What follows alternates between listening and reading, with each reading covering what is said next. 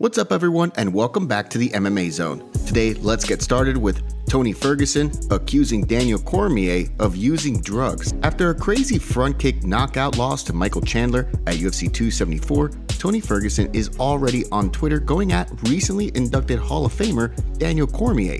He tweeted, "How not to make weight, ladies and gentlemen. Should have stripped them like they did Charles Do Bronx. Shout out to all those doing it right and keeping the sport clean." To which DC responded with this, "Tony, please stop. Go and sit back for a little. Tuck your head in a hole somewhere. Regroup, man. Recover. Spend some time with your family. Like, just please stop. I plead with you. It is not a good look. Like, you're making me sad." Then Tony responds calling Daniel out for using drugs and how it makes him look sad. He replied saying, "Lay off the yay, buddy. Not a good look. You make yourself look sad. I'm already back to work. I don't quit like you. Enjoy your retirement with fat head." What do you think about Tony's comments here? After a 4-fight losing streak, what do you see next for Tony Ferguson? Sean Strickland responds after Pat Barry suggests that Strickland's recent comments played a role in Rose Namajunas' title loss. It's the same scenario with this whole Sean Strickland thing that's all over the place everywhere. So years ago, Rose did an interview, and in the interview she said, "I joined Rufus Sport when I was 14 years old, and then I left Rufus Sport for a few years, and then I came back to Rufus Sport to pursue my MMA career, and this is where I met my fiance, Pat Barry." Did the entire interview, and when the guy wrote the interview up, he wrote, "Rose Namajunas joined Rufus Sport when she was 14 years old, where she met her fiance, Pat Barry, when she was 14 years old."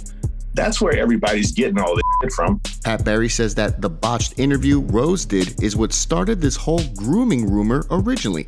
Pat then goes on to talk about how Rose was actually groomed when she was 6 years old. Like, the people who know Rose's actual history about being groomed since she was 6 years old, and she knows exactly what that's like. You know what I mean? People know. They're just reading something and they're just running with it. Just to talk about. So no, that's nothing that we ever intend on addressing. Like, bro, we know what's happening. People who matter know what's happening. They know what's going on. It's all just a distraction to get Rose to come out of her game. And the next thing you know, she's getting crucifixed by Carla and put in a situation where she has to tap now. Everybody knows about Rose's history. I think one of the ultimate fighters that I have a history of being sexually abused, since I was a little kid. So. Okay. Yeah. I thought everybody knew that, but I guess not. Probably not, but... I should probably watch The Ultimate Fighter more. I'm not a huge Ultimate Fighter fan, I'm sorry. Oh, don't worry. There's something coming out soon that you'll see that tells everything. Now, Sean Strickland has responded on Twitter with a tweet that says, "Here's the thing, guys. 99% of what I say is usually wrong. This is not that time. Rose Namajunas and Aspen Ladd like my post if you need help. I'll treat Pat Barry and Jim West like they treat minors, without consent, although it won't be behind closed doors. LMAO. What do you think of Strickland's comments? Do you believe Pat and Rose? Or are you on Sean Strickland's side? Let us know in the comments." Jorge Masvidal will be able to examine Colby Covington's Rolex to determine if it's fake. As time goes on and we get more of a clear view of the Jorge Masvidal and Colby Covington feud, it's pretty clear that these two once friendly roommates actually really hate each other. Since the incident in Miami, Covington has sued Masvidal and claimed his $95,000 Rolex was damaged in the incident. But Jorge doesn't even think Colby's Rolex is real, and he got the judge to sign off on it. According to TMZ, Jorge Masvidal will be allowed to inspect Colby Covington's watch to see if it's a phony Rolex, and a judge just granted their motion to see the timepiece up close. Not only is Masvidal legal team questioning whether the Rolex is real, but they're also allegedly ordering Colby to submit a physical exam for proof that he suffered a brain injury during the alleged attack. Colby Covington has made millions in the UFC without a doubt. Do you believe that his public persona of being the flashy guy, the "I got a house on my neck" confidence, leads me to believe that Colby's Rolex is real? But we'll see as this case builds up. Do you think that Colby Covington's Rolex is fake? Booked. Alexander Gustaffson to take on Nikita Krylov in return to light heavyweight.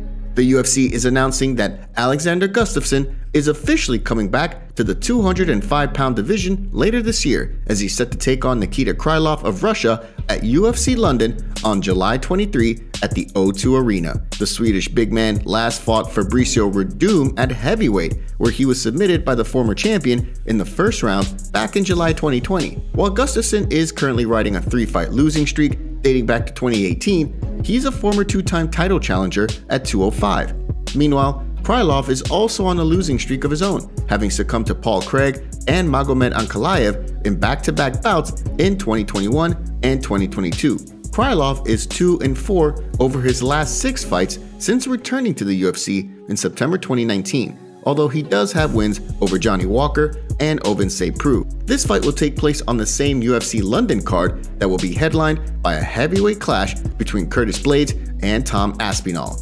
Who do you got your money on out of Gustaffson and Krylov?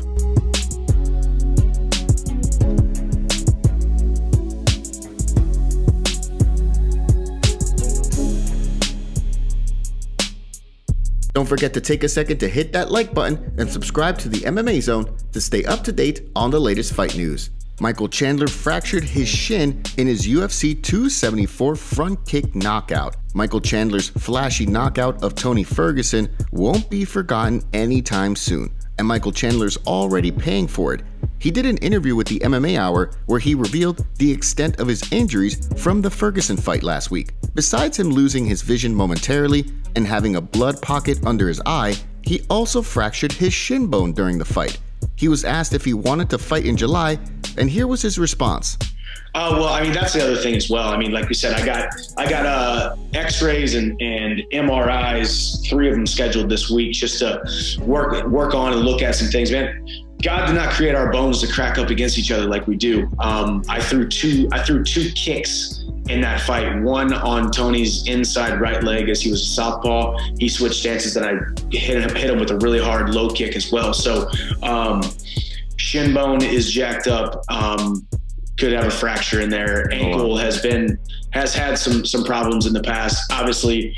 He also came out and said that he dislocated his finger before the Tony Ferguson fight, warming up and practicing leg kicks, but claims that he popped it back into place and the UFC doctors approved. It was the 3rd round of the OSP Shogun fight, and I had this thought in my head. I was like, you know what? Tony does like to throw some kicks, and I've been doing a really good job of blocking left kick, going body shot. So I was like, hey, Marquez Jackson, one of my best friends, one of my best training partners. I was like, hey, throw some kicks at me. So he threw a kick.